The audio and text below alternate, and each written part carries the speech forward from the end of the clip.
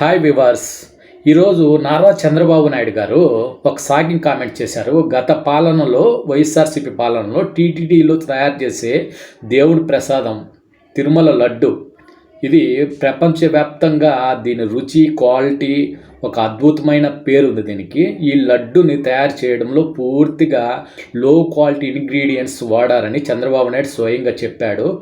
లో quality ingredients అంటే చాలా తగ్గు రకమైన నెయ్యి, సారం లేని ముంతమాడి పప్పు, అస్సలు సువాసన లేని యాలకులు, ఇలాంటివి పిండి, ఇవన్నీ కూడా చాలా లో క్వాలిటీ యూజ్ చేశారని కామెంట్ చేయడంతో చాలామంది భక్తుల మనోభావాలు దెబ్బతిన్నడమే కాకుండా అంతకు మించిన షాకింగ్ కామెంట్స్ ఏంటంటే, ఆ లడ్డులో జంతువులు కొవ్వుతో లడ్డును తయారు చేశారని చంద్రబాబు నాయుడు గారు చెప్పడంతో ఇంకా చాలామంది చాలా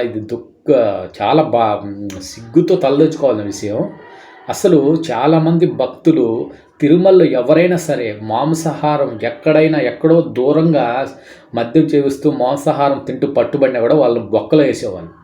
అలాంటిది నేరుగా స్వామివారి ప్రసాదంలోనే మాంసాహారం కలిస్తే ఎంత చెడ్డ పేరు, ఎంత దాని పవిత్రత దెబ్బతీసినట్టు.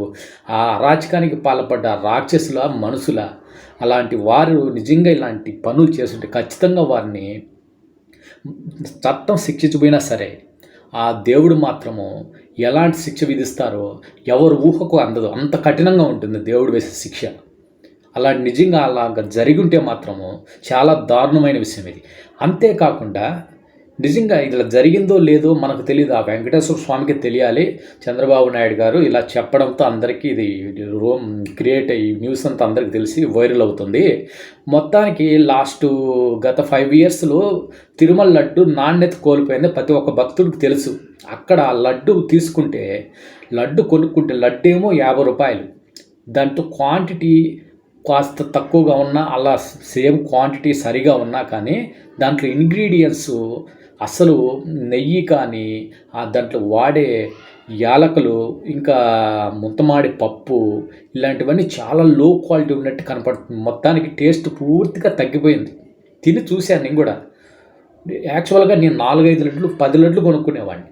తర్వాత 2 లడ్లకు వచ్చేసాను. తర్వాత ఒక్క లడ్డే ఇంట్రెస్ట్ పోయింది, లడ్డు పైన పోయింది. అంటే స్వామివారి లడ్డు కాబట్టి తిరుమలకు వెళ్ళినప్పుడు తీసుకోవాలి కాబట్టి ప్రసాదంగా తీసుకుంటున్నాం, అందులో తప్పులేదు. కానీ స్వామివారి లడ్డు అంటే ఒక క్రేజ్ ఉండేది. తిరుమల లడ్డు అంటే అసలు ఆ పోటు వద్దకి భక్తులు రాగానే సువాసనలతో ఆ యాలకులు, ఆ నెయ్యి, స్వచ్ఛమైన నెయ్యి, ఇప్పుడు కాదు, గత 5 ఏళ్ళు కదా, అంతకు ముందు చాలా ఏళ్ళప్పుడు గుమగుమలాడిపోయేది.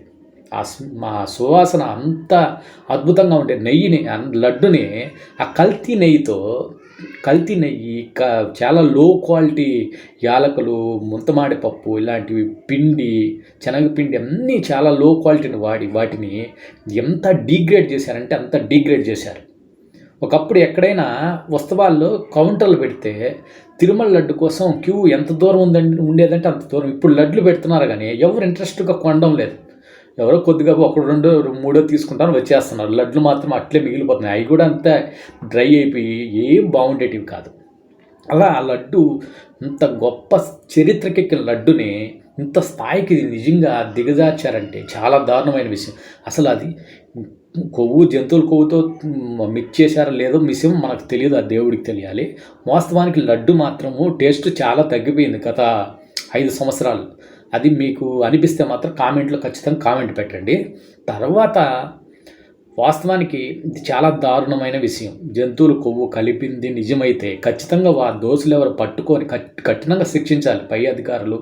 ఒకవేళ మీరు శిక్షించకపోయినా దేవుడు ఖచ్చితంగా వారిని వదిలిపెట్టరు. దాని గురించి ఎవరు బాధపడవలసిన అవసరం లేదు. మనం చేయని తప్పుకి మనం బాధపడాల్సిన అవసరం లేదు. కానీ ఇంకొక విషయం, తిరుమలలో అత్యాధునికమైన ల్యాబ్ ఒకటి ఉంది. అంటే నెయ్యి క్వాలిటీ పరీక్షించే ల్యాబ్ ఉంది. ఎక్కడైనా అప్పట్లో కర్ణాటక నుండి ట్రేడర్స్ నుండి నెయ్యిని టెండర్ల రూపంలో పాడుకునేవారు. వాళ్ళు మంచి క్వాలిటీ నెయ్యి ఇచ్చేవారు.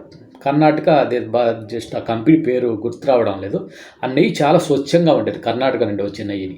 ఆ నెయ్యి తర్వాత ఆ నెయ్యిని క్యాన్సెల్ చేసేసి అక్కడెక్కడో నార్త్ సైడు ఏదో అల్ఫా కంపెనీ వాళ్ళు నెయ్యిని రూ. 420 కేజీకి సప్లై చేస్తామని చెప్పడంతో ఇది ఎత్తుకొని పోయి వాళ్ళకి కట్టబెట్టారంట. వాస్తవానికి ఒకప్పుడు టెండర్లు ఎలాగా ఉండేటివంటే నెయ్యి ఏదైనా సరే లడ్డులో వాడే, భోజనంలో వాడే అన్ని ఇంగ్రీడియంట్స్ క్వాలిటీ బాగుండాలి. ప్లస్ తక్కువ ధరకు రావాలి.